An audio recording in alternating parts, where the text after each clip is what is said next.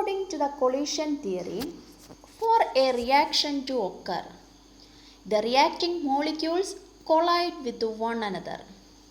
The number of collisions per second per unit volume of the reaction mixture is known as collision frequency. All collisions do not result in the formation of products. The collisions which result in the formation of products are called effective collisions. The criteria of an effective collision are: first point, the reacting molecules must have sufficient energy so as to break the bonds already present. For the collision to be effective, the colliding molecules should possess a certain minimum amount of energy. This minimum amount of energy called the threshold energy. The reacting molecules absorb extra energy from an external source to attain threshold energy. This energy is known as activation energy. Therefore, activation energy, threshold energy minus average energy of reactant molecules. This graph represents the energy path of reaction. This point represents energy of reactants. This energy of products. The maxima of this peak represent threshold energy. What is threshold energy? For an effective collision, the reacting molecule should possess certain minimum amount of energy. This minimum amount of energy is known as threshold energy. For attain this threshold energy, reacting molecules absorb some extra energy from an external source. This extra energy is known as activation energy. For example, threshold energy of the reactant equals 40 joule, but the energy of reactant equals 20 joule. അപ്പോൾ threshold energy 40 ജൂളാണ്, റിയാക്റ്റൻറ്റിന് ഇപ്പോൾ 20 joule എനർജിയേ ഉള്ളൂ. 40 joule energy attain ചെയ്തെങ്കിൽ മാത്രമേ effective collision നടക്കത്തുള്ളൂ.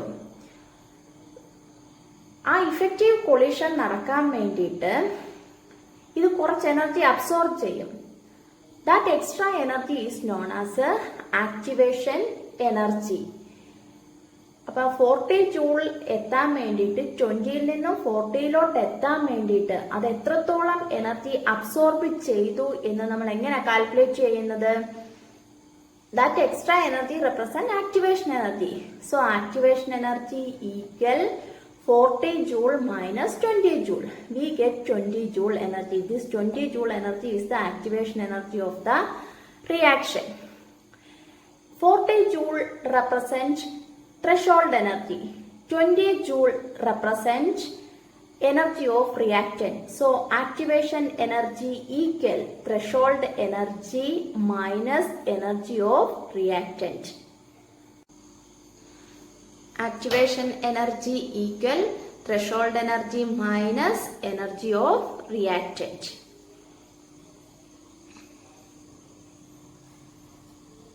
At the maxima of this peak represent threshold energy.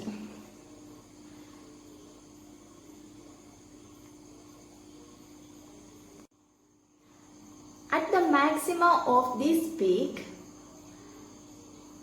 reacting molecules collide each other to form an unstable intermediate. This unstable intermediate is known as activated complex. Activated complex has very short lifespan because energy of activated complex is greater than that of reactants and products. It has very high energy, so it breaks to give products. Second point, orientation of collision. In addition to sufficient energy, the colliding molecules have proper orientation. Example, nucleophilic substitution reaction of bromomethane and OH-. Here, OH- act as a nucleophile. You assume that this is a model of CH3Br. CH3Br has tetrahedral structure. This bond represents CBr bond. These three bonds are CH bonds.